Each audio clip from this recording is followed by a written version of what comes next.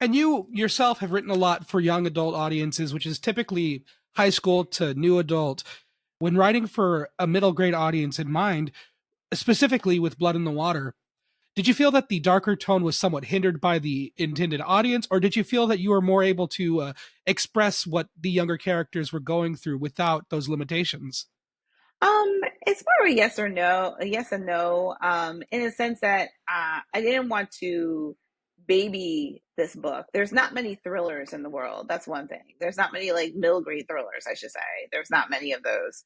And so, but I didn't want to insult my audience by insulting their intelligence because there are actually a lot of kids who could potentially read up and read, more mature themes. So I needed to kind of like, it was a very much a balancing act, not getting too dark, but not getting too, babyish at the same time, not making it corny, as I would like to say, because I'm all about kind of respecting my readers and where they're coming from.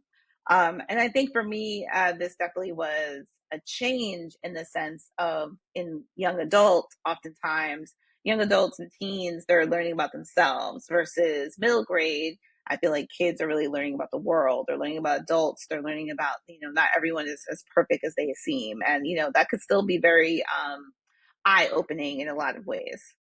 And speaking of learning about the world, what was Kaylani's perspective as someone who diverted from London's path growing up, where they had their separate lives? What was her experience going to Martha's Vineyard and what she knew about it beforehand? So she really didn't know much about the island. She read about it with her father because she still has like these daily calls with him from prison and kind of knew sort of that it was a vacation spot for Black people. So she understood that perspective, but she didn't realize, how very much how the other side lives.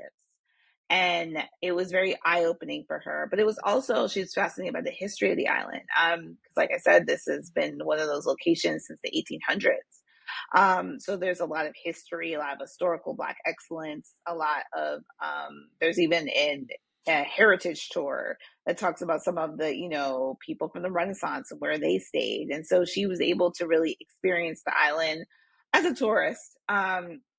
But also in the way that she loves. She loves learning about history. She loves learning different facts. And that's one thing that like I feel like middle graders, they love learning about random facts so that they can like basically regurgitate them to you just to prove how like, amazing and smart they are. And I love that because I love them taking initiative and, you know, expressing themselves in that way.